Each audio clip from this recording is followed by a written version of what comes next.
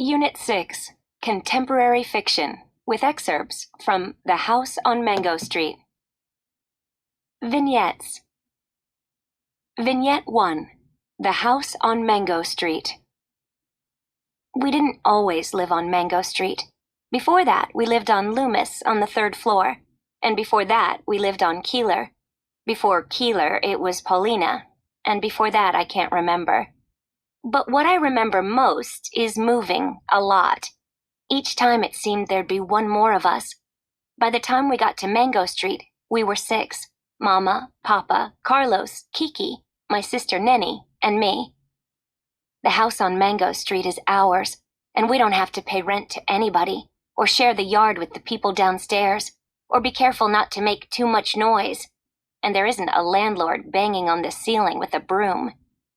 But even so, it's not the house we'd thought we'd get. We had to leave the flat on Loomis quick.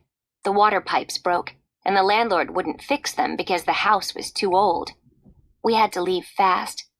We were using the washroom next door and carrying water over in empty milk gallons. That's why Mama and Papa looked for a house, and that's why we moved into the house on Mango Street, far away, on the other side of town.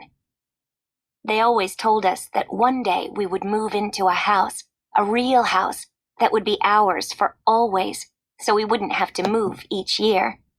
And our house would have running water and pipes that worked. And inside, it would have real stairs, not hallway stairs, but stairs inside, like the houses on TV. And we'd have a basement, and at least 3 washrooms, so when we took a bath, we wouldn't have to tell everybody. Our house would be white with trees around it, a great big yard, and grass growing without a fence. This was the house Papa talked about when he held a lottery ticket, and this was the house Mama dreamed up in the stories she told us before we went to bed. But the house on Mango Street is not the way they told it at all. It's small and red, with tight steps in front, and windows so small you'd think they were holding their breath.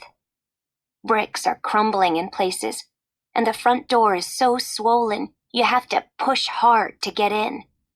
There is no front yard, only 4 little elms the city planted by the curb. Out back is a small garage for the car we don't own yet, and a small yard that looks smaller between the 2 buildings on either side. There are stairs in our house, but they're ordinary hallway stairs, and the house has only 1 washroom. Everybody has to share a bedroom. Mama and Papa, Carlos and Kiki, me and Nenny.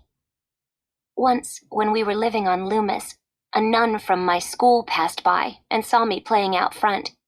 The laundromat downstairs had been boarded up because it had been robbed 2 days before, and the owner had painted on the wood, "Yes, we're open," so as not to lose business.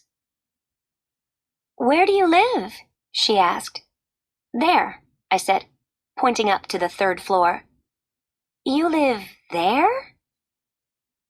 There. I had to look to where she pointed.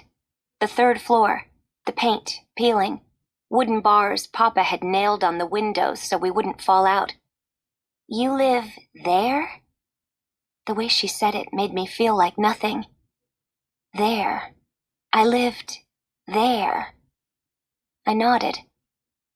I knew then I had to have a house, a real house, one I could point to. But this isn't it. The house on Mango Street isn't it. For the time being, Mama says. Temporary, says Papa. But I know how those things go.